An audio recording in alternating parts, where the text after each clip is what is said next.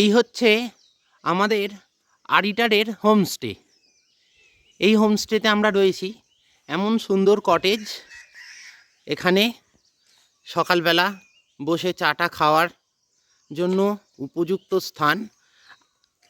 এই যে এমন সুন্দর সবুজ লন করা রয়েছে, দূরে পাহাড়, আর এর মূল আকর্ষণ এই ট্রি হাউস।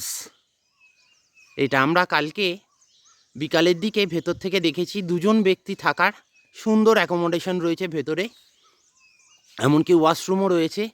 কোনো অসুবিধা হওয়ার কথাই নয়। দারুণ একটা উপভোগ্য স্থান এই ট্রি হাউস। যদি আকাশ পরিষ্কার হয় তাহলে এই ট্রি হাউস থেকে কাঞ্চনজঙ্ঘা কিন্তু পরিষ্কার দেখা যায় ওই দিকটাতে, কিন্তু এখন আকাশে ভর্তি মেঘ। আর এই হচ্ছে আমাদের হোমস্টের আশেপাশের জায়গা। এখান থেকে আমরা বসে সবটাই দেখেছি, খুব উপভোগ করেছি।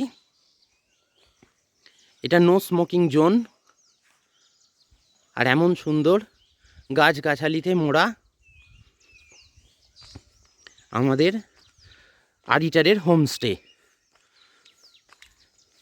এমন সুন্দর বাহারি ফুল ফুটে রয়েছে।